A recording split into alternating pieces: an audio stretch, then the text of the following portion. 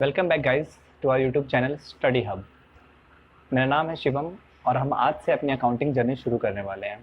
आज हम सिर्फ इतना ही पढ़ेंगे कि क्यों अकाउंटिंग को एक कोर सब्जेक्ट बनाया गया कॉमर्स स्ट्रीम में, क्यों इसका एक 100 मार्क्स का पेपर बिल्कुल एक ऐसा सेपरेट सब्जेक्ट क्यों बनाया गया है। तो आज का हमारा सिर्फ एक ही टॉपिक है, वाई अकाउंटिंग, क्यों अकाउंटिंग ज़रूरी है। फ्रेंड्स, आपने अपनी लाइफ में कभी ना कभी अकाउंटिंग ज़रूर की है, आई एम श्योर, लेकिन आपको पता नहीं कि आपने अकाउंटिंग की है या नहीं की है। ये बताना मेरा काम है कि मैं आपको बताऊं आपने कब अकाउंटिंग किया, कैसे करी है। फ्रेंड्स, जब भी आप मार्केट जाते हैं, आप कोई भी सामान खरीद के लाते हैं, आप उनको पैसे देते हैं, तो आप भी एक तरह का ट्रांजेक्शन कर रहे हैं। आप अपने पैसे दे रहे हैं, आप उनसे गुड्स ले रहे हैं या फिर कोई सर्विस ले रहे हैं, तो ये एक ट्रांजेक्शन हुआ। लेकिन आप ये सोचो कि अकाउंटिंग की ज़रूरत क्या हुई उसमें। आप शॉप पे गए, आपने कुछ सामान लिया, आपने शॉपकीपर को पैसे दिए।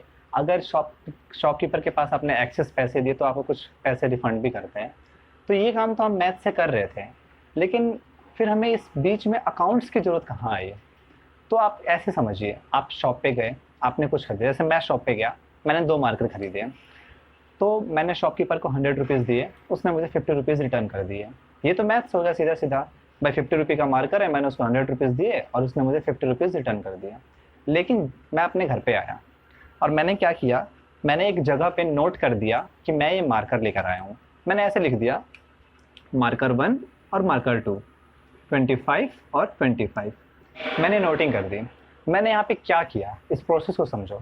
मैंने यहाँ पर आया घर पे और मैंने इसको एक डायरी पे, एक पेपर पे या फिर बोर्ड पे, मैंने ऐसे बोर्ड पे नोट कर दिया। मैंने रिकॉर्डिंग की। अकाउंटिंग सेम एग्जैक्टली यही है। हम क्या करते हैं अकाउंटिंग में, हम ट्रांजैक्शंस को रिकॉर्ड करते हैं। फ्रेंड्स, 2 बातें दिमाग में रख लीजिए आप अकाउंटिंग के बारे में। अकाउंटिंग का मेन ऑब्जेक्टिव यही है कि फिनेंशियल ट्रांजैक्शंस को रिकॉर्ड करना और प्रॉफिट लॉस का पता करना और अपनी संपत्ति दैट इज़ एसेट्स और अपने उधार दैट इज़ लायबिलिटीज़ उनका पता करना। अकाउंटिंग के 2 मेन ऑब्जेक्टिव्स हैं और हमने आपको एक एग्जाम्पल के थ्रू इस चीज़ को समझाने की कोशिश करी कि ट्रांजैक्शंस को रिकॉर्डिंग करना ही अकाउंटिंग है। नहीं तो प्रॉफिट लॉस, अगर सिर्फ प्रॉफिट लॉस ही निकालना होता तो हम तो मैथ से भी कर लेते हैं। तो यहाँ पे अकाउंटिंग का रोल आता है। फ्रेंड्स, एक बात समझिए, ट्रांजैक्शंस हम पर डे करते हैं। जैसे कि हम शॉप पे गए, हमने वेजिटेबल्स खरीदा, फ्रूट्स खरीदा, दूध खरीदा, ये ट्रांजैक्शंस हो रहे हैं। लेकिन कहीं आपको ऐसा लग नहीं रहा कि ये ट्रांजैक्शंस पर्सनल ट्रांजैक्शंस हो रहे हैं। अगर सपोज करें, अगर हम बिजनेस कर रहे हैं, हम अपने बिजनेस के लिए कोई सामान खरीद के लाए, हम गए, जैसे मानो हमारी एक होलसेलर शॉप है, हमारी एक रिटेलर शॉप है, हम होलसेलर के पास गए, हमने होलसेलर से कुछ सामान खरीदा अपने शॉप के लिए। तो हम ये सामान खरीदते हैं होलसेलर से, अपनी शॉप में लाते हैं और हम इसको दोबारा बेचते हैं। तो ये हम अपने बिजनेस के लिए कर रहे हैं, हम होलसेलर से सामान अपने घर के लिए नहीं खरीद रहे हैं। तो ये ट्रांजैक्शन कैसा हुआ, एक बिजनेस ट्रांजैक्शन हुआ। तो फ्रेंड्स, अकाउंटिंग में हम बिजनेस को अपना बेस मान के पढ़ेंगे, ना कि पर्सनल ट्रांजैक्शंस को। हम अपने घर के खर्चों को थोड़ा दूर रखते हैं, हम सिर्फ बिजनेस की बातें करते हैं। तो मैंने आपको शुरू में बताया क्या है अकाउंटिंग, क्या है रिकॉर्डिंग ऑफ ट्रांजैक्शंस। लेकिन ट्रांजैक्शंस कौन से होंगे, हम बिजनेस की बात कर रहे हैं तो बिजनेस ट्रांजैक्शंस, ठीक है। वो एक एग्जांपल था पर्सनल ट्रांजैक्शन का, जो मैंने आपको समझाया कि हाँ, आप अपने रोज़ डेली लाइफ में आप कुछ ना कुछ तो अकाउंटिंग कर ही रहे हैं, ठीक है। फ्रेंड्स, मैं आपको कुछ ऐसे समझाना चाहता हूँ कि देखो अकाउंटिंग की ज़रूरत क्यों पड़ी। तो हम इस प्रोसेस को समझेंगे अलग अलग लोग के पॉइंट ऑफ व्यू से। अब ये अलग अलग लोग कौन कौन से हो सकते हैं, ये मैं आपको लास्ट में समराइज ज़रूर करूँगा, लेकिन स्टार्टिंग से समझिए। एक बिजनेस सेटअप करते हैं हम। जैसे कि सपोज हमने एक बिजनेस सेटअप किया, हमने एक शॉप बनाई, इस शॉप में क्या चाहिए अपने को, पहले हमको बिल्डिंग चाहिए, हमें कुछ फर्नीचर चाहिए, हमें आगे एक डेस्क होता है, ये ताकि कस्टमर को डील करने के लिए एक डेस्क हम बनाते हैं। तो ये कुछ अपने फर्नीचर्स, बिल्डिंग, और इसमें कुछ ना कुछ तो स्टॉक्स तो हमको चाहिए ही। स्टॉक नहीं समझिए आप, इसमें समझिए गुड्स, फिलहाल के लिए गुड्स, स्टॉक नहीं। ये गुड्स क्या है, जो गुड्स हम बेचने वाले हैं अपने कस्टमर को। तो फ्रेंड्स, हमें इन गुड्स के लिए, इस बिल्डिंग के लिए, इस फर्नीचर के लिए, इस बिल्डिंग के लिए कुछ ना कुछ तो अमाउंट चाहिए बिजनेस को स्टार्ट करने के लिए। तो रोल में कौन आते हैं, हमारे रोल में आते हैं एक बंदा। ये बंदे को हम क्या बोलते हैं, ये बंदा क्या करता है, कुछ पैसे देता है इस बिज़नेस को। सपोज़ इस बंदे ने 2 लाख रुपए दिए इस बिज़नेस को, ठीक है। इस बंदे ने जो 2 लाख रुपए दिए, इस बंदे का पहले नाम रखते हैं, हम इसका नामकरण करते हैं। नामकरण मैंने ऐसा क्या किया, मैं इसको बोलता हूँ ओनर। क्यों, क्योंकि इसने इस बिज़नेस को पैसे दिए। इस पैसे को क्या बोलते हैं, कैपिटल। ये कुछ कीवर्ड हैं जो मैं आपको बता रहा हूँ। ये ओनर है, ओनर ने जो पैसे दिए बिजनेस को, उस पैसे को क्या बोलते हैं, हम कैपिटल बोलते हैं। तो हम सपोज करते हैं कि भाई ओनर ने बिजनेस को पैसे क्यों दिए। ओनर चाहता वो जॉब कर सकता था, पर उसने जॉब नहीं किया। उसने क्या किया, बिजनेस सेटअप करने की कोशिश करी। अब उसने बिजनेस सेटअप किया। बिजनेस तो ऐसा है नहीं कि आप फ्री में सेटअप करो और आज ही से सामान बेचना शुरू कर दो।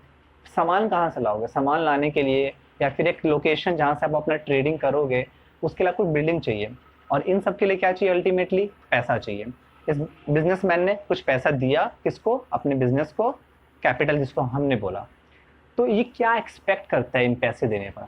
ये एक्सपेक्ट कर रहा है कि अगर आज मैं 2 लाख रुपए लगा रहा हूँ तो मैं हर मंथ कुछ पैसे कमाऊँ और हर ईयर कुछ पैसे कमाऊँ। तो ये इसकी एक्सपेक्टेशन है। समझा हमने? हमने किसके पॉइंट ऑफ व्यू से समझा? ओनर के पॉइंट ऑफ व्यू से समझा। लेकिन ये तो इसने एक, मैंने आपको एग्जाम्पल बताया, इसमें अकाउंटिंग का क्या रोल आया? तो देखो, अकाउंटिंग से इस ओनर को क्या फ़ायदा होगा, इस बिजनेसमैन, इस ओनर को क्या फ़ायदा होगा? ये क्या करेगा? ये जब भी कोई भी सामान खरीदेगा, जब भी कोई सामान परचेज करेगा, खरीदने को इंग्लिश में क्या बोलते हैं? परचेज। और बेचने को इंग्लिश में क्या बोलते हैं? सेल। ये भी कीवर्ड है, ध्यान में रखिए। ये जब भी कोई सामान खरीदेगा तो अपनी बुक्स में एंट्री करेगा। बुक्स मतलब एक डायरी समझो, अभी बुक्स नहीं, ये अपनी डायरी में एंट्री कर देगा कि भाई मैंने जनवरी के महीने में 1 लाख का सामान खरीदा, और मैंने, अब सामान खरीदे तो बेचेगा भी जरूर, और मैंने जनवरी के महीने में मान लो 85,000 का सामान सेल किया। ठीक है, तो ये ऐसे ही क्या करेगा? जनवरी, फरवरी, मार्च, अप्रैल, मई, जून, जुलाई, पूरे महीने ट्रांजेक्शन्स को रिकॉर्ड करेगा। एक जब अपना बुक्स बंद करेगा ये क्लोजिंग ईयर पे, क्लोजिंग ईयर 2 तरह के हो सकते हैं, बाद में इसको डिस्कस करेंगे, पर पहले आप ये सुनो, इसने टोटल 12 मंथ्स इसने बिजनेस किया, और 12 मंथ का इसने परचेज लिखा, 12 मंथ का इसने सेल लिखा, और लास्ट में इसने क्या किया? सेल माइनस परचेज किया। अगर फिगर पॉजिटिव आती है इसका मतलब क्या है? इसको प्रॉफिट होता है, और अगर फिगर नेगेटिव आती है इसका मतलब क्या होता है? इसको लॉस होता है। ये प्रॉफिट और लॉस इसको कैसे पता चला? इसने एक टूल की हेल्प ली। टूल क्या था? हमारे सब्जेक्ट जो हम अभी पढ़ रहे हैं, सब्जेक्ट क्या? अकाउंटिंग। इसने क्या किया? पूरे साल के जो भी ट्रांजेक्शन्स इसने किए, हमने यहाँ पे सिर्फ 2 ही ट्रांजेक्शन्स माने हैं, हम मान रहे हैं रिटेलिंग बिजनेस कर रहा है। इसने सामान परचेज किया होलसेलर से और सेल किया कस्टमर को, तो हमारे इसके दो ही हमने ट्रांजेक्शन्स माने, सेल एंड परचेज। तो हम क्या कहने की कोशिश कर रहे हैं कि इसने अपना प्रॉफिट एंड लॉस निकाला कैसे? ट्रांजैक्शंस को रिकॉर्ड करके। और फ्रेंड्स, मैंने आपको स्टार्टिंग में ही बताया था कि अकाउंटिंग का ऑब्जेक्टिव क्या है? फाइनेंशियल ट्रांजैक्शंस को रिकॉर्ड करना, प्रॉफिट एंड लॉस को असर्टेन करना, मतलब जानना। हमने किसके पॉइंट ऑफ व्यू से पढ़ा? ओनर के पॉइंट ऑफ व्यू से पढ़ा। आगे हम देखते हैं इसमें और कौन कौन से लोग रोल में आते हैं। ये हमारा सिर्फ ओनर पॉइंट ऑफ व्यू से था। नेक्स्ट जो बंदा आता है हमारे पिक्चर में, उस बंदे को हम कहते हैं क्रेडिटर। क्रेडिटर क्या होते हैं? ये भी एक कीवर्ड है, इसको ध्यान से सुनिए। क्रेडिटर्स होते क्या हैं? हम जब बिजनेस करते हैं, हम होलसेलर से सामान लेने जाते हैं, हम उन्हें क्या करते हैं? पैसे देते हैं, वो हमको उसके बदले गुड्स या सर्विसेज, बोथ, दोनों देते हैं। तो हम क्या करते हैं कि ये तो एक कैश ट्रांजैक्शन हो गया, लेकिन सपोज हमारा जो होलसेलर और हमारा जो रिलेशनशिप है वो काफ़ी अच्छा है, हम काफ़ी सालों से उससे सामान ले रहे हैं। तो इस महीने मैं सोच रहा हूँ कि सामान मैं कैश में ना लेके क्रेडिट में ले लूँ, मतलब उधार में सामान ले लूँ। तो ये मुझे जो बंदा जो मुझे अपना गुड्स या सर्विस उधार में दे रहा है, इस बंदे को हम अकाउंट की भाषा में क्रेडिटर्स कहेंगे, क्रेडिटर कहेंगे। ठीक है, इसको समझना बहुत ज़रूरी है। क्रेडिटर कौन होता है? जो हमें गुड्स या सर्विसेज किस पे देता है? सर्विसेज क्रेडिट पे देता है। अब इस बंदे को अकाउंटिंग के लिए अकाउंटिंग कॉन्सेप्ट जानना क्यों चाहिए, अकाउंटिंग की नॉलेज होना क्यों ज़रूरी है? सपोज मैं एक होलसेलर हूँ, मेरे पास 10 रिटेलर्स आते हैं, मैं सभी से कैश में ट्रांजैक्शंस करता हूँ, लेकिन फिर मेरे को एक बिजनेस प्रपोजल आया कि अगर मैं इन सब से क्रेडिट में ट्रांजैक्शन करूँ तो मेरा जो प्रोडक्ट मेरा जो बिजनेस है वो एक्सपेंड हो सकता है। तो मैं क्या करूँगा कि मैं हिसाब रखने की कोशिश करूँगा कि मैंने किसको कितना क्रेडिट में सामान दिया है, क्या मेरे पैसे वापस आ रहे हैं नहीं आ रहे हैं। हम इसको कुछ ऐसे समझते हैं, सपोज ये क्रेडिटर है एक्स, इसने बिजनेस ए, बिजनेस बी और बिजनेस सी तीनों बिजनेस में गुड्स क्रेडिट पे दिया है। सपोज इसको 1 लाख रुपए का सामान क्रेडिट पे दिया है, इसको 1 लाख का सामान क्रेडिट पे दिया है, इसको 1 लाख का सामान क्रेडिट पे दिया है। तो ये क्या करता है, जब भी किसी भी रिटेलर को गुड्स क्रेडिट पे देता है, ये अपने एक डायरी में नोट कर लेता है। हम फिलहाल डायरी की बात कर रहे हैं, कोई बुक्स ऑफ अकाउंट्स नहीं, ठीक है। बुक्स ऑफ अकाउंट्स पिक्चर में आएगा, लेकिन अभी नहीं, बाद में। तो ये एक डायरी में नोट कर लेता है कि हमने ए को, बी को और सी को इतना इतना सामान दिया है। फिर ये सामान दिया है, ठीक है, गिवन कोई कीवर्ड से आम से देखो, दे दिया इसने सामान। तो ये क्या देखता है कि ए जो है वो हर महीने के एंड पे हमको पैसे वापस कर देता है। इसका बैलेंस कितना बच गया, नील। जो बी जो है वो 50,000 पैसे वापस कर देता है मंथ एंड पे, इसका बैलेंस कितना बच गया। लेकिन जो सी है वो सिर्फ 10,000 रुपये दे रहा है, इसका बैलेंस कितना बच गया, 90,000। जब ए, बी और सी जब तीनों सामान लेके गए होंगे इस होलसेलर एक्स से, तो उन्होंने क्या प्रॉमिस किया होगा, सर आप हमें सामान दे दो, हम आपको नेक्स्ट मंथ आके रिटर्न कर देंगे आपके अमाउंट। लेकिन अपना प्रॉमिस किसने रखा, ए ने रखा, बी ने रखा, हाँ सिर्फ 50% अपना प्रॉमिस रखा। सी ने तो बिल्कुल हद ही कर दी, सिर्फ 10,000 रुपये दे के 90,000 का बैलेंस रख दिया। तो सोचो, होलसेलर तो अपना बिजनेस करेगा ही, लेकिन उसको इस चीज़ को डील करने में हेल्प कौन कर रहा है, अकाउंटिंग। वो क्या कर रहा है, सबके ट्रांजेक्शन्स को रिकॉर्ड कर रहा है और लास्ट में एनालाइज कर रहा है किसका रिपेमेंट कितना अच्छा है। अगर रिपेमेंट अच्छा है तो वो अपनी इस क्रेडिट पॉलिसी को जारी रखे, कंटिन्यू करता रहेगा। लेकिन अगर जहां मैं देख रहा हूँ यार यहाँ पे रिपेमेंट मुझे अच्छी नहीं मिल रही है, तो क्या करेगा क्रेडिटर, क्रेडिटर इस रिटेलर को, इस बिजनेस को अगली बार से क्रेडिट का सामान देना बंद कर देगा।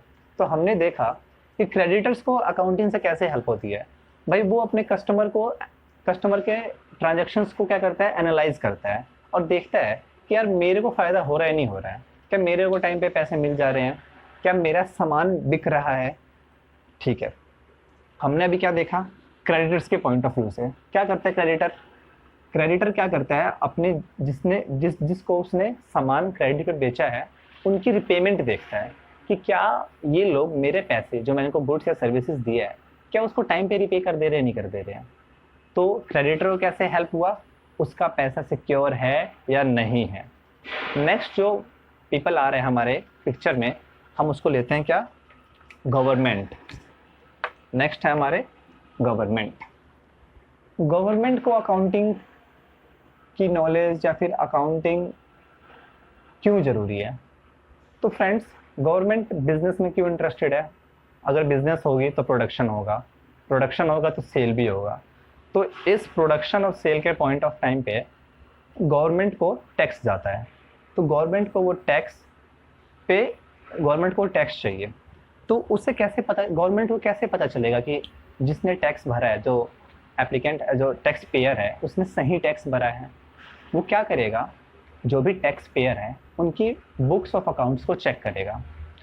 ये बुक्स ऑफ अकाउंट्स का वर्ड बार बार मैं यूज़ कर रहा हूँ, इसको मैं लास्ट में ज़रूर इलेबोरेट करूँगा, लेकिन फिलहाल के लिए इसको समझो कि वो उनकी बुक्स ऑफ अकाउंट्स को चेक करेगा कि क्या इनका प्रॉफिट या इनका जो भी सेल है, क्या इन्होंने सही लिखा हुआ है, क्या इन्होंने एक्यूरेट अमाउंट किया है, क्या इनका books of accounts true and fair view दे रहा है। ट्रू एंड फेयर व्यू का मतलब इन्होंने सारी ट्रांजेक्शन्स को रिकॉर्ड किया है, सही तरीके से रिकॉर्ड किया है, सही कॉन्सेप्ट्स लगाए हैं, इन्होंने कोई फ्रॉड तो नहीं किया है।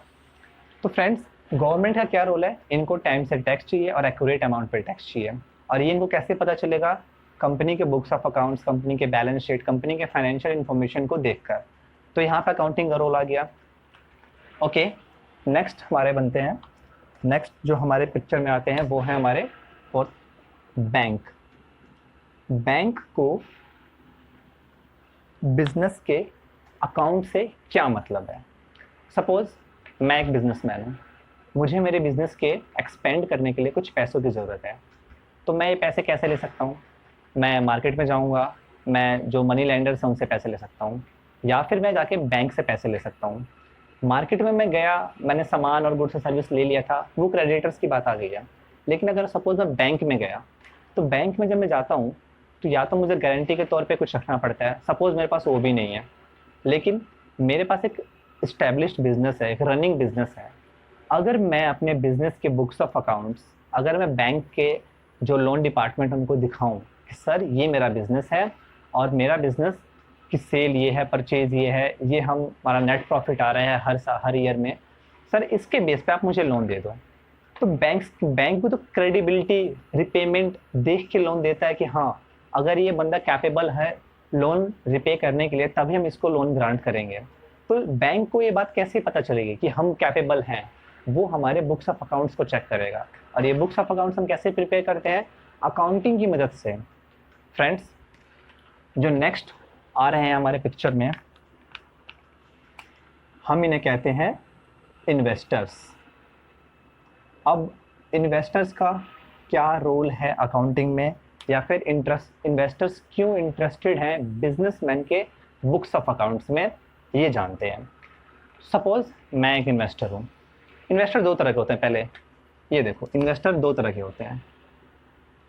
पहला एग्जिस्टिंग इन्वेस्टर, जो मतलब पहले से जिसने बिजनेस में पैसा लगा रखा है। दूसरा पोटेंशियल इन्वेस्टर, वो इन्वेस्टर जो सोच रहा है कि इस बिजनेस में पैसा लगाना चाहिए। सपोज मेरा बिजनेस है ABC कंपनी, ये मेरा बिजनेस है। इस बिजनेस में इस एग्जिस्टिंग वाले इन्वेस्टर ने 1 लाख रुपए दे रखे हैं, ठीक है। तो ये क्या चेक करेगा कि जो मैंने पैसे लगाए हैं इस ABC कंपनी में, क्या मेरे पैसों पे मुझे सही रिटर्न मिल रहा है? इसको ये बात कैसे पता चलेगी कि मुझे सही रिटर्न मिल रहा है नहीं मिल रहा है? ये क्या करेगा? बुक्स ऑफ अकाउंट्स को इंस्पेक्ट करेगा। सॉरी, बुक्स ऑफ अकाउंट्स से हमारे बैलेंस शीट को इंस्पेक्ट करेगा। बैलेंस शीट को कैसे इंस्पेक्ट किया? इसने देखा कि ईयर 2017 और 18 में इसको 8,000 का रिटर्न मिला, ठीक है। ईयर 2018 एंड 2019 में इसको 9,000 का रिटर्न मिला, एंड ईयर 2019 एंड 20 में इसको 9,500 का रिटर्न मिला। रिटर्न कैसे? इसने 1 लाख रुपए दिए थे, इस 1 लाख रुपए के बदले हम इसको एवरी ईयर ये अमाउंट दे रहे हैं, इतना अमाउंट दे रहे हैं। तो फ्रेंड्स ये देखो, आप ध्यान से देखो कि 2017-18 में इसको 8,000 मिले, नेक्स्ट ईयर में इसको 9,000 रुपये मिले, उसके नेक्स्ट ईयर में इसको 9,500 मिले। मतलब क्या है? यहाँ पे 1,000 रुपीज़ प्लस, यहाँ पे 500 रुपीज़ प्लस। मतलब इसकी ग्रोथ हो तो रही है, कुछ ना कुछ तो ग्रोथ हो रही है। तो ये जो एग्जिस्टिंग वाला है ये सोचेगा चलो अच्छा है, मुझे यहाँ पे ग्रोथ हो रहा है, मैं अपने और भी पैसे इन्वेस्ट कर सकता हूँ, या फिर मैं अपने यही पैसे रखूँ, मुझे ग्रोथ तो अच्छी मिल रही है। लेकिन सपोज उल्टा केस हो जाता है, इसको 2017-18 में 8,000 ही मिले, नेक्स्ट ईयर में क्या हुआ, इसको 7,500 मिले, और नेक्स्ट ईयर जो कि 19-20 है, कोरोना वायरस आ गया, बहुत बड़ा नुकसान हो गया, इसको सिर्फ 6,000 रुपये मिले। यहाँ पे हम क्या देख रहे हैं? यहाँ पे इसके 500 का रिटर्न लेस हो गया, यहाँ पे इसके 1,500 का रिटर्न लेस हो गया। अब ये सोच रहा है कि यार मेरे तो 1 लाख रुपए दिए थे मैंने और मेरा रिटर्न इतने आ रहे थे, और अब ये रिटर्न कैसे हो गए? ये पैसा तो यहाँ पे डूब जाएगा अगर मैं और दिन यहाँ पे रखूँ। तो ये सोचेगा कि यार इस पैसे को मैं इस बिजनेस से निकालूं या रहने दूं। ये हो गया इसका एग्जिस्टिंग इन्वेस्टर की सोच। मैंने बताई पॉजिटिव भी हो सकती है, नेगेटिव भी हो सकती है। लेकिन उन्हें ये जो डिसीजन वो ले रहे हैं कि हम पैसा रखें, पैसा निकाल लें या और पैसा लगाएं, ये कैसे उनको पता चला? उसने कंपनी के अकाउंट्स चेक देखे, समझा उन अकाउंट्स को। अब आते हैं पोटेंशियल इन्वेस्टर पे। पोटेंशियल इन्वेस्टर का क्या रोल है कंपनी के अकाउंट्स में? तो पोटेंशियल इन्वेस्टर क्या करता है? इंस्पेक्ट करता है, वही दोबारा से बैलेंस शीट इंस्पेक्ट करेगा कि कुछ इन्वेस्टर्स हैं इसमें ऑलरेडी, उन इन्वेस्टर्स ने 10 लाख रुपए लगा रखे हैं बिजनेस में। वो क्या चेक करेगा कि जो ये इन्वेस्टर्स हैं इनको पिछले 2-3 सालों में क्या क्या रिटर्न मिले हैं, वही 18, 19, 19-20, 17-18, ये जो ईयर हैं, इन ईयर में इनको क्या क्या रिटर्न मिले हैं, ये इन रिटर्न को चेक करेगा। और अगर उसको लगेगा कि हाँ कुछ ग्रोथ है इस कंपनी में, या फिर इस कंपनी के पास कुछ फ्यूचर प्रोजेक्ट्स हैं, तो वो सोचेगा कि हाँ ठीक है, चलो इस कंपनी में हम अपना पैसा इन्वेस्ट करते हैं और ग्रोथ लेते हैं। फ्रेंड्स, मैंने आपको 5 लोगों के बारे में बताया। पहले हमारे कौन थे? ओनर खुद। सेकंड पे हमारे क्रेडिटर्स आए। थर्ड पे हमारे गवर्नमेंट आई। फिफ्थ पे हमारे इन्वेस्टर्स आए। तो ये डिफरेंट पर्सन्स थे। इन डिफरेंट पर्सन्स को अकाउंटिंग की नीड क्यों पड़ी? इनको अपना पैसा जो उन्होंने लगा रखा है दूसरे के बिजनेस में, या फिर अपना पैसा उसने खुद लगा रखा है अपने बिजनेस में, तो ये ट्रैक करते रहते हैं कि हमारा कितना इनकम हुआ, कितना एक्सपेंस हुआ, हमें कुछ रिटर्न मिल रहा है नहीं मिल रहा है, क्या हमारा रिटर्न ग्रोथ हो रहा है या फिर कॉन्स्टेंट रिटर्न मिल रहा है। तो ये जो नॉलेज है ये हमें कैसे मिलेगा? हम मैथ्स का इस्तेमाल सिर्फ एक एक बार कर सकते हैं कि ठीक है, selling price minus cost price is equal to profit या फिर लॉस, लेकिन हम इन्हें over the period of transaction या फिर न्यूमरस ट्रांजेक्शन जब होंगे तब हमें ये सब बातें कैसे पता चलेगी? उसके लिए हमें अकाउंटिंग को यूज़ करना ही पड़ेगा।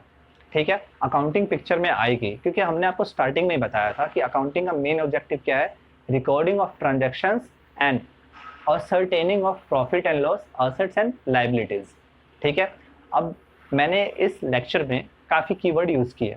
इन कीवर्ड्स को आप बार बार देखो, समझो इन कीवर्ड्स को, क्योंकि यही कीवर्ड आपके through out the journey of accounting, जब तक आप अकाउंटिंग पढ़ेंगे तब तक आपको ये कीवर्ड्स आएंगे, आपके दिमाग में पॉइंट करेंगे कि यार ये मतलब क्या है इनका, क्यों इन कीवर्ड्स को यूज़ किया गया। फ्रेंड्स, आज का जो लेक्चर था हम सिर्फ यही पढ़ने वाले थे कि वाई अकाउंट्स की ज़रूरत क्यों पड़ी, क्यों अकाउंट्स को एक अलग से सब्जेक्ट बनाया गया। मैंने आपको समझाने की कोशिश करी कि डिफरेंट लोग हैं, डिफरेंट पीपल हैं, उनके डिफरेंट पॉइंट ऑफ व्यूज़ हैं कि भाई हम अकाउंटिंग को इसलिए यूज़ करते हैं, हमारे लिए अकाउंट्स ये है, इस फील्ड में हेल्पफुल है, हमें ये डिसीजन मेकिंग में हेल्प करता है। तो अगर मैं पूरा कंक्लूजन लूँ तो टोटलिटी में जितने भी हमने पर्सन्स की हमने बात करी इस लेक्चर में, वो सब कर क्या रहे हैं? वो सब एक बिजनेस के डिसीजंस ले रहे हैं कि हमें एक्सपेंड करना है, हमें पैसा इन्वेस्ट करना है, री इन्वेस्ट करना है, हमें पैसा निकालना है, या फिर हमें अपने बिजनेस में इन लोगों को इन्वॉल्व करना है या नहीं करना है। तो ये डिसीजन ही तो है। ये डिसीजन हम कैसे ले सकते हैं? जब तक हम अपने अकाउंटिंग ना करें, हमें कुछ पता, हमें फिगर्स ना मिले, जब तक हम नंबर्स को ऊपर नीचे ना करें या फिर उनको प्लस माइनस एडजस्टमेंट ना करें उन नंबर्स में, तो हम ये डिसीजंस कैसे लेंगे? तो मैं लास्ट में आपको कुछ एक पॉइंट्स बताना चाहता हूँ कि अकाउंटिंग के बेनिफिट्स क्या हैं। तो आप देखिए, बेनिफिट्स ऑफ अकाउंटिंग क्या है? बेनिफिट्स बोलिए, एडवांटेजेस बोलिए या फिर रोल। सबसे पहले तो हमारी preparation of books of accounts. हम चलो ठीक है, प्रिपरेशन ऑफ फिनेंशियल स्टेटमेंट कहते हैं। इसमें क्या होता है, हर कंपनी को, एवरी कंपनी जो कि रजिस्टर्ड कंपनी है, सभी को बुक्स ऑफ अकाउंट्स प्रिपेयर करनी होती है। क्यों? क्योंकि ये कंप्लायंस है। गवर्नमेंट ने कहा है, जो भी हमारी जो गवर्नमेंट है उन्होंने कहा है कि भाई अगर आप बिजनेस कर रहे हो, कंपनी आपने खोली हुई है, रजिस्टर्ड करवाया है कंपनी को, तो आपको बुक्स ऑफ अकाउंट्स बनाना पड़ेगा। इन शॉर्ट फाइनेंशियल स्टेटमेंट बनाना पड़ेगा। तो ये पार्ट कैसा पार्ट हो गया? ये हो गया कंप्लायंस पार्ट हो गया। ये कंप्लायंस पार्ट मतलब क्या है? कंप्लायंस का मतलब समझ लो एक लीगल प्रोसीजर है जो हमें मानना है, हमें पूरा करना है। सेकंड क्या है? हमें पता चलता है असर्टेनमेंट नहीं, to ascertain profit and loss and financial position. Financial position क्या होता है? फिनेंशियल पोजीशन होता है कि कंपनी के पास कितनी एसेट्स हैं और कंपनी के पास कितनी लाइबिलिटीज़ हैं। एसेट्स का मतलब होता है संपत्ति जैसे लैंड, बिल्डिंग, लैंड, फर्नीचर, जो भी स्टॉक्स हैं वहाँ पे, जो भी डेटर्स हैं। और लाइबिलिटीज़ क्या होगी? जिन जिन लोगों को पैसा देना, उधारी जो कंपनी के ऊपर है। ठीक है। थर्ड पॉइंट्स क्या हो गया? It ends dispute. ये डिस्प्यूट कैसे ख़त्म करता है? सपोज मैंने अपना सामान कुछ क्रेडिटर से लिया। क्रेडिटर मेरे पास आता है और बोलता है, सर आपका 1.5 लाख का बैलेंस है, आप कब उसको चुकाओगे? तो मैं उससे बोलता हूँ 1.5 लाख का बैलेंस, बट मेरे बुक्स में तो आपका बैलेंस सिर्फ 1,20,000 है। वो बोलता है नहीं, मैंने आपको 1.5 लाख का सामान दिया है। तो अब ये डिस्प्यूट होगी ना कि वो 1.5 लाख कह रहा है, मैं 1,20,000 कह रहा हूँ। इस डिस्प्यूट से हम कैसे बचेंगे? तो मैं उसको अपनी दिखाऊंगा, उसकी एंट्रीज दिखाऊंगा, मैं उसका अकाउंट दिखाऊंगा, देखो ये आपका अकाउंट है, मैं आपसे इस डेट को इतना सामान ले गया था, मैंने आपको इतनी पेमेंट कर रखी है और ये आपका बैलेंस है। तो अगर मेरी बुक्स ऑफ अकाउंट्स सही से मैंने प्रिपेयर की होगी तो मैं इस डिस्प्यूट का एंड कर सकता हूँ ना। ओके।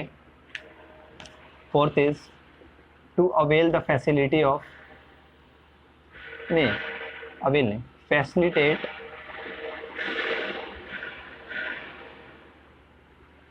बैंक लोन या फिर अट्रैक्ट इन्वेस्टर्स। अगर हमारे अगर हमारे बिजनेस की फाइनेंशियल इंफॉर्मेशन, फाइनेंशियल स्टेटमेंट ढंग से प्रिपेयर होंगे तो बैंक लोन और इन्वेस्टर्स को हम इजीली अट्रैक्ट कर सकते हैं मनी रेज करने के लिए। ठीक है। टैक्स कंप्यूटेशन बहुत इजी हो जाता है अगर हमारे बुक्स ढंग से प्रिपेयर हों, हमारे फाइनेंशियल इंफॉर्मेशन ढंग से प्रिपेयर हों, टैक्स कंप्यूटेशन आराम से हो जाता है। 7th point is there are, वैसे तो यहाँ पे बहुत सारे बेनिफिट्स अकाउंटिंग है, बट मैं आपको कुछ एक पॉइंट्स बता रहा हूँ और ये पॉइंट्स बुक से ज़्यादा मैच नहीं कर रहे हैं। मैं आपको सिर्फ वो बता रहा हूँ जिसको आप कोरिलेट कर सको, क्योंकि ये हमारा फर्स्ट लेक्चर है, अभी किताबी पढ़ाई बाकी है। मैं आपको सिर्फ समझा रहा हूँ कि रियल लाइफ में आप अकाउंटिंग को कैसे ले सकते हैं। ओके, ये 6 पॉइंट्स आप अभी 6 पॉइंट्स से रखिए, जो बाकी जो मेन जो रह गए पॉइंट्स हम नेक्स्ट लेक्चर में जरूर कवर करेंगे। हमने समझ लिया है कि वाई अकाउंटिंग, जनरली लोग पहले वट पढ़ाते हैं उसके बाद वाई, लेकिन मैंने सोचा कि पहले हम वाई समझ लेते हैं उसके बाद वट पे आते हैं। तो मैंने ये कोशिश करी है कि मैंने जो अब तक जो पढ़ाया है अभी तक, मैंने जो समझाया है अभी तक वाई अकाउंटिंग, उसको मैं एक डेफिनेशन में कवर करूँ और आपको कमेंट सेक्शन में ज़रूर बताना है कि क्या मैंने ये कर पाया और नहीं कर पाया। ठीक है, तो मैंने आपसे क्या बताया, व्हाट इज़ अकाउंटिंग। हमको अब समझना है क्या है what is accounting. Through out the lecture जो भी हमने बातें कही है ना, आप देखना वो इस डेफिनेशन में ज़रूर आई है। दैट इज़ अकाउंटिंग जो है, accounting is an art of recording, classifying, okay, summarizing and interpretation of transactions during a particular period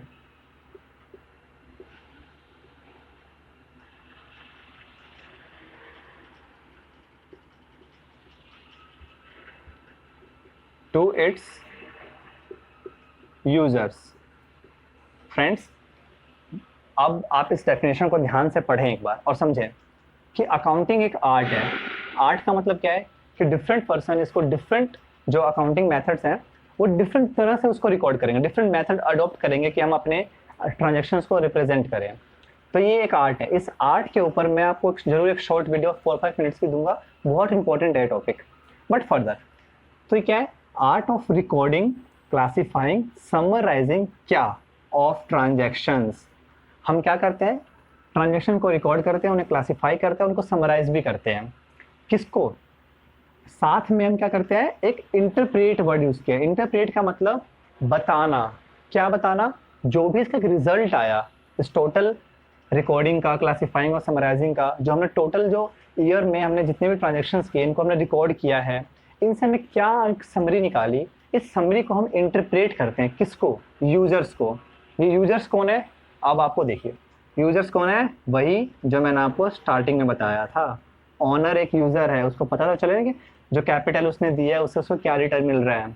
creditors, creditors ने हमको उधार सामान दिया था ताकि उसका और हमारा दोनों का बिजनेस बढ़े, और क्या उसको फायदा हो रहा नहीं हो रहा, ये कैसे पता चलेगा, इससे, अकाउंटिंग से। थर्ड, बैंक से लोन लेना है तो दिखाओ अपने फाइनेंशियल्स, दिखाओ अपनी कैपेबिलिटी। फोर्थ, गवर्नमेंट ने बीच में रेड मार दी कि तुमने टैक्स टाइम पे नहीं दिया, पर हम कैसे बताएंगे कि हमने टैक्स टाइम पे दिया और सही दिया है, अपनी अकाउंटिंग से, हमारी जो बुक्स प्रिपेयर की हमने। एंड द 5 इज इन्वेस्टर्स, हमें इन्वेस्टर्स को भी तो अट्रैक्ट करना है ताकि हमारा बिजनेस एक्सपेंड हो। जो एग्जिस्टिंग है उन्हें रोक के रखना है ताकि वो अपने पैसे ना निकाले, और जो पोटेंशियल है उनको एक अच्छा सा एक पॉलिसी बिजनेस देना है ताकि वो अपने पैसे हमारे बिजनेस में इन्वेस्ट करें। फ्रेंड्स, मेरी कोशिश है कि मैं जो पूरा जो लेक्चर है उसको एक डेफिनेशन में समराइज कर सकूं। इस कोशिश को आप ज़रूर कमेंट सेक्शन में बताएं कि मैं सफल रहा या नहीं। फ्रेंड्स, जो मेरे आगे के जो लेक्चर्स होंगे हम उसमें ऐसे ही पहले हम सिर्फ अकाउंट्स के बैकग्राउंड को समझेंगे। जैसे कि मैं सोच रहा हूँ कि जो मेरा अगला लेक्चर हो वो कीवर्ड्स पे हो। कीवर्ड समझना बहुत ज़रूरी है क्योंकि हम अकाउंट्स 11th-12th में तो पढ़ेंगे ही, फिर ग्रेजुएशन में भी पढ़ना ही है, पोस्ट ग्रेजुएशन में भी पढ़ना है। तो पहले हमें जो उसके कीवर्ड है उन्हें समझना बहुत ज़रूरी है। एक बार अगर हमारी उन पे पकड़ बन गई तो हम जितने भी नए कॉन्सेप्ट्स आए या नए कोई क्वेश्चंस आए उसको हम इजीली टैकल कर सकते हैं। तो फ्रेंड्स, जो भी आप इस वीडियो को बार बार देखें, बार बार देखने से व्यूज़ तो ज़रूर बढ़ेंगे ही, लेकिन आपके कॉन्सेप्ट क्लैरिटी भी होगी। क्योंकि सब्जेक्ट ही ऐसा है कि कुछ चीज़ें को दिमाग में रखनी पड़ती है, कुछ चीज़ों को टेक्निकली सोचना पड़ता है। अब जो मैंने आपको समझाया ये तो मैं अपने पॉइंट ऑफ व्यू से समझा रहा हूँ, आप खुद के भी तो तरीके लगा सकते हैं याद करने के लिए, चीज़ों को समझने के लिए। देखो, कुछ चीज़ें तो याद और समझना पड़ेगा ही। और एक पॉइंट है जो मैं आपको बताना चाहता हूँ अपने जो भी 4 ईयर की जो मेरी जर्नी है उसमें, कि हम जनरली सोचते हैं कि जो डेफिनेशंस हैं हम उन्हें रटेंगे नहीं, डेफिनेशंस को हम अपनी लैंग्वेज में लिख के आ जाएंगे। बट फ्रेंड्स, मेरी बात मानिए, जो डेफिनेशंस है उन्हें हाईली प्रोफेशनल लोगों ने बनाया है, उन्होंने बहुत हार्ड वर्क किया है उस डेफिनेशन को बनाने के लिए। क्यों? ताकि उस डेफिनेशन में वो बात कवर कर सके जो कि उसके जो जो वर्ड है उसको स्कोप, जितना उस वर्ड को स्कोप हम ले जा सके, वो सारी बातें उन डेफिनेशन में कवर हो जाए। तो फ्रेंड्स, आप इस जो भी आप ये सोच रहे हैं कि हम अपनी लैंग्वेज में डेफिनेशन लिख देंगे, नंबर मिल जाएंगे, ऐसा नहीं होता। डेफिनेशंस को एक बहुत ज़्यादा हार्ड वर्क से बनाया गया है।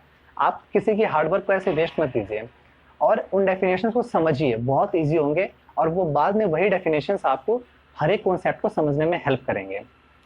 तो फ्रेंड्स, मेरे नेक्स्ट वीडियो के लिए चैनल्स को सब्सक्राइब करना ना भूलें और बेल आइकन ज़रूर दबाएं, ताकि जैसे ही मेरी नेक्स्ट वीडियो अपलोड हो आपके पास सबसे पहले ये नोटिफिकेशन पहुंचे।